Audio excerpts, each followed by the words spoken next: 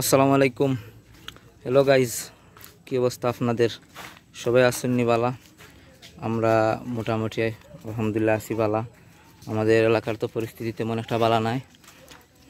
ওই যে পানি আইয়া আমরা রাস্তা তুটি যার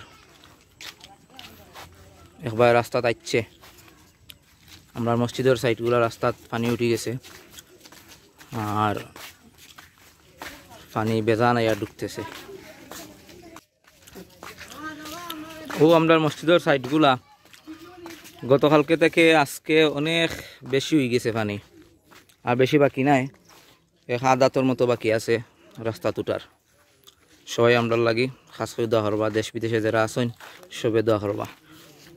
ও আমাদের আর বন্দর যা আছিল রোয়া টোয়া সব গেছে নিচে।